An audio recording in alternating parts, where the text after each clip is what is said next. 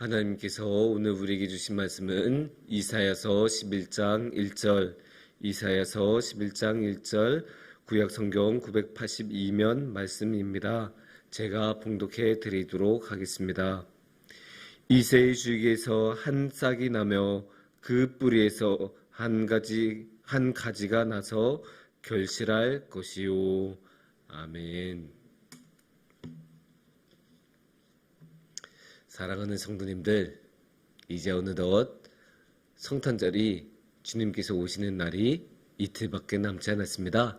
정말 코앞에 왔다고 할 수 있죠? 너무 이제 하루하루가 빨리 지나가다 보니 이게 벌써 이렇게 됐어? 라는 마음에 드실 수도 있겠지만, 그래도 이렇게 주님이 오신 날이 가까이 오면 우리 마음도 기쁨으로 가득 차고 우리의 생각도 온통 예수님으로 가득 찰 수밖에 없습니다. 이렇게 예수님으로 가득 차면 당연히 우리 마음은 예수님으로 온통 예수님 생각밖에 없을 수밖에 없는데, 그런데 이렇게 예수님에 대해서 생각할 때 우리가 한 가지 생각할 것이 있습니다. 왜냐? 예수님에 대한 생각, 예수님의 관점은 너무나 많이 있고 다양하기 때문입니다. 아마 예수님을 믿는 사람들의 수만큼이나 예수님에 대한 관점도 다양하고 많이 있을 것입니다.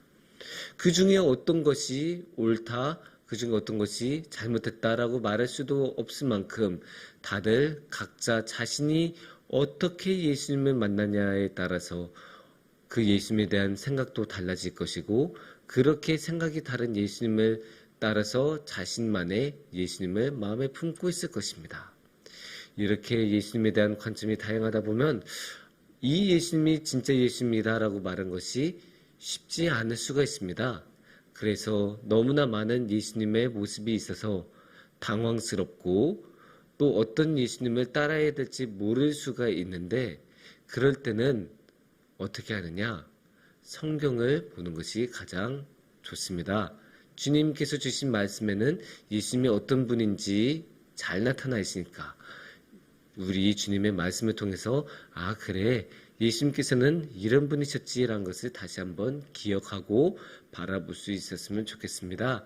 그래서 이 시간에는 주님의 말씀 가운데 나타난 여러 예수님의 모습 중에서 한 가지 중요한 모습을 우리가 다 함께 나눴으면 좋겠습니다.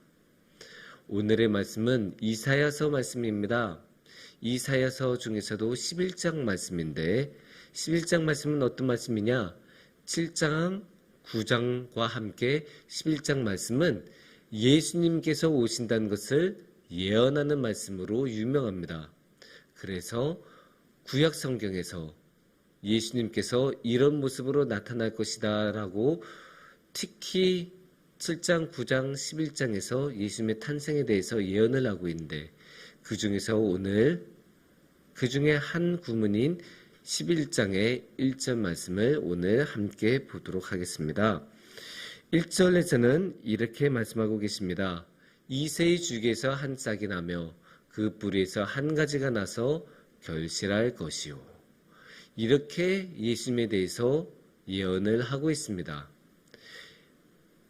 이 예언을 통해서 우리는 예수님의 한 모습을 볼 수 있는데, 이 말씀에서 특이한 것은 이새의 줄기라는 표현이죠. 어떻게 보면 이 이새의 줄기라는 표현이 여러분에게 생소할 수도 있습니다. 그런데 여기서 이새라는 말은 누굴까요? 이새는 다윗의 아버지입니다.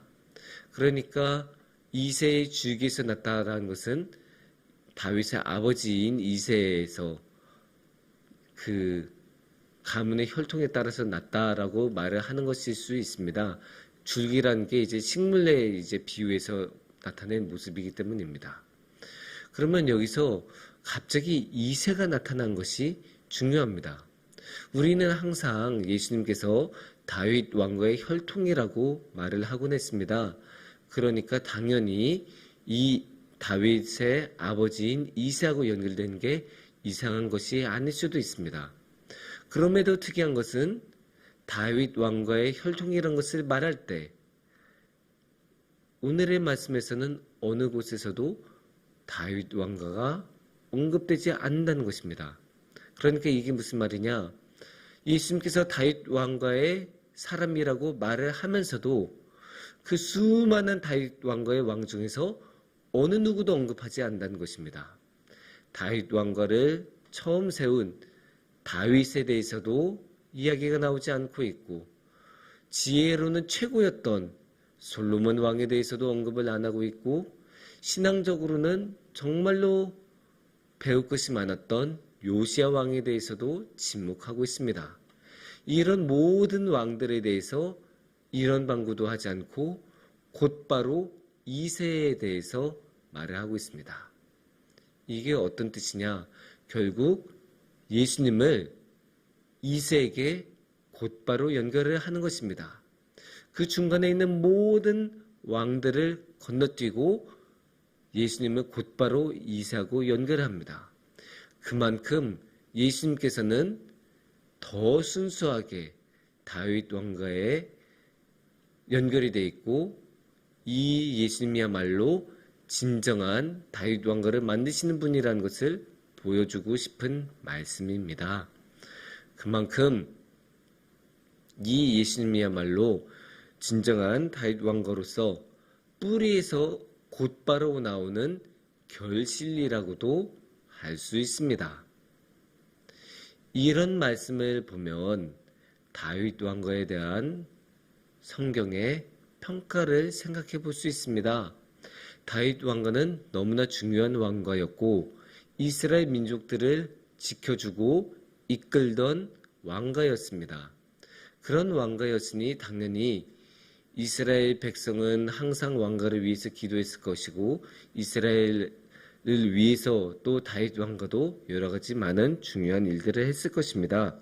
그런 정통성에 입각해서 예수님도 다윗 왕가의 출신이라고 성경에서는 항상 말씀을 하고 있습니다. 그럼에도 불구하고 이것으로 그치지 않습니다. 왜냐?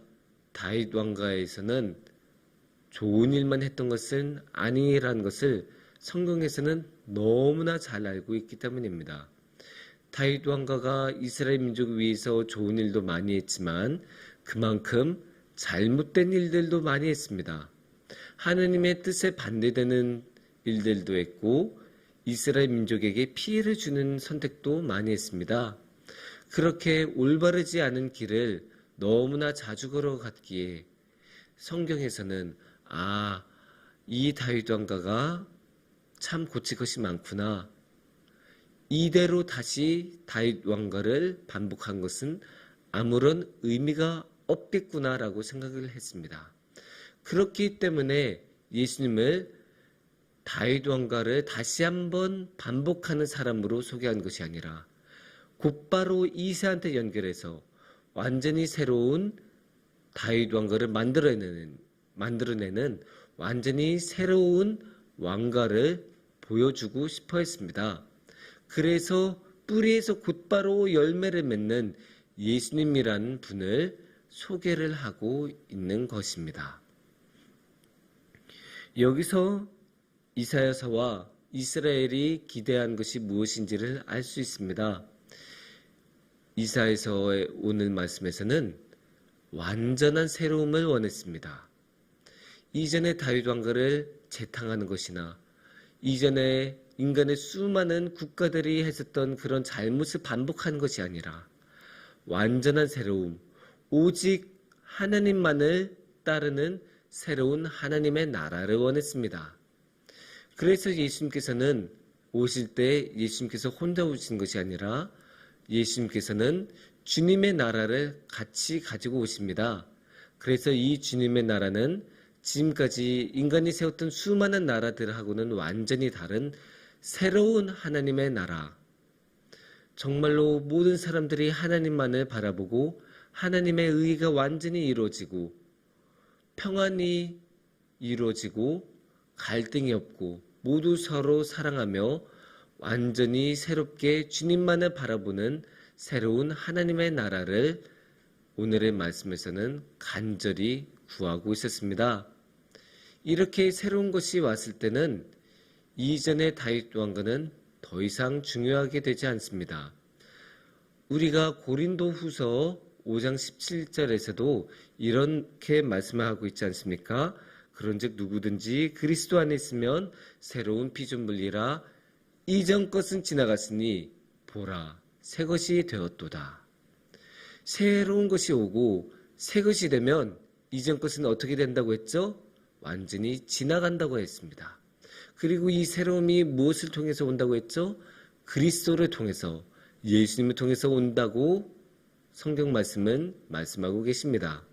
그렇기 때문에 예수님께서 그 새로운 것을 가지고 오시고 새로운 주님의 나라를 가지고 오면 이전의 나라, 이전의 다윗 왕과는 더 이상 중요한 게 되지 않고 오직 주님의 나라만이 새로운 나라로서 예수님의 나라만이 새로운 하나님의 나라로서 우리 가운데 중요하게 여겨지고 아름답게 결실을 맺을 것입니다.